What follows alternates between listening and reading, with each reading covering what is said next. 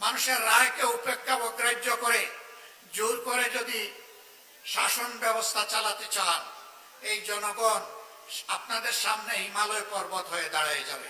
একটা দলীয় শাসন, একদলীয় শাসন বাংলাদেশে কায়েম করার চেষ্টা করা হচ্ছে। যারা জনগণের রায়কে সম্মান করে না, তারা কখনো গণতন্ত্রপন্থী হতে পারে না। এই চাঁদাবাজরা ভালো থাকতে দিচ্ছে না।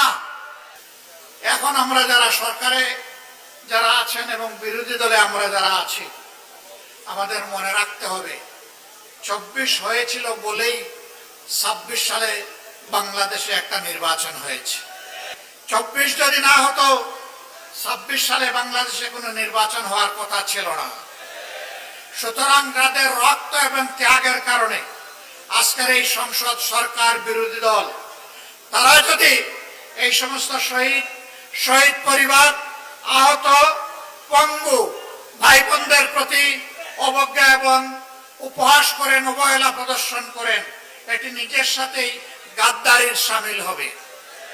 প্রধানমন্ত্রী, সরকারের প্রধান, বাংলাদেশের প্রধান নির্বাহী, তিনি এই যে বললেন কথাটা, সেই গণভোটে যে 66.8% মানুষ ভোট দিল, 66.8%, তাদের ভোটের মূল্যটা তিনি কি দিলেন? তিনি শপথ নিয়ে এই গণভোটকে অস্বীকার করলেন। তার সহকর্মী, যাকে বলা হয় তিনি সর্বমন্ত্রী, সব মন্ত্রণালয়ে তিনি আজানও দেন, একামতও দেন, মাঝে মাঝে তিনি সংসদে ফতোয়াও দেন। তিনি বলেছেন নির্বাচনটা যাতে হয়ে যায়, এই জন্য আমরা এগুলা বলেছিলাম। লজ্জা!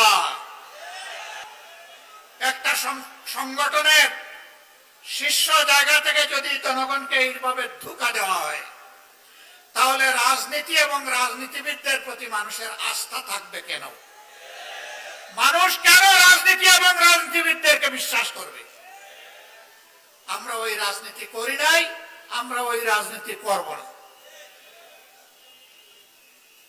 আমরা সংসদে নোটিশ দিয়ে 68 বিধিতে আলোচনা করেছিলাম, গণভোট যেন হারিয়ে না যায়, গণভোটকে যেন সম্মান দেখানো হয়।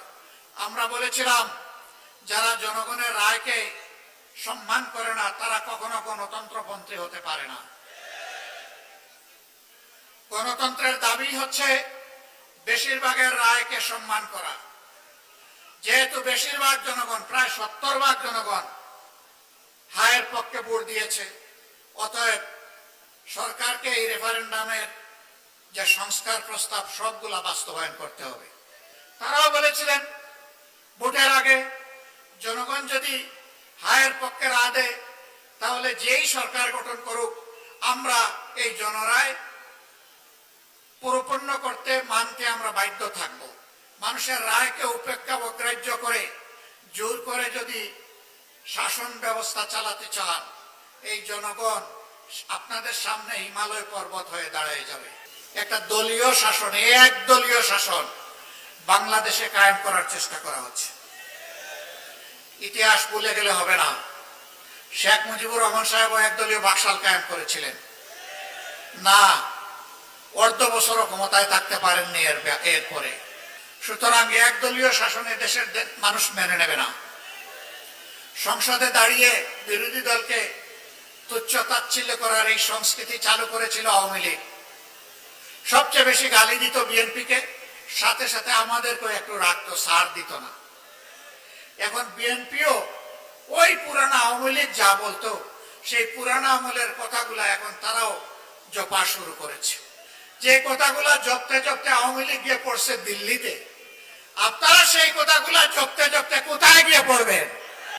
নতুন করে ওই রকম কোন গডফাদার এখানে তৈরি হোক, আমরা এটা চাই না। কিন্তু মানুষের মনে বোবা কান্না। আমি এখানে আসার আগেই নারায়ণগঞ্জের বিশিষ্ট কিছু ব্যবসায়ী বন্ধুদের সাথে বসেছি।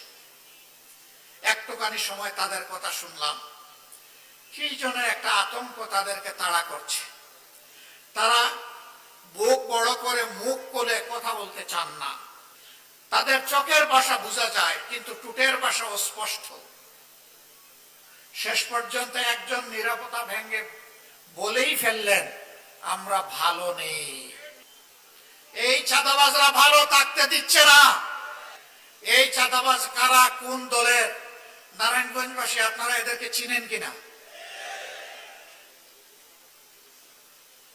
দলের নেতা হয়ে বলা হবে আমরা দুর্নীতির টুটি চেপে ধরব, আর ঘরে ঘরে চাঁদাবাজদেরকে লেলিয়ে দিবেন। কথার সাথে কাজের মিল নেই। আবার তারাই আমাদেরকে কুটা দেন, হাজার জাতের কুটা। আমরা নাকি কোথায় জান্নাতের টিকিট বিক্রি করেছি। আচ্ছা, আপনারা কেউ কি জান্নাতের কোনো টিকিট বিক্রি করেছেন?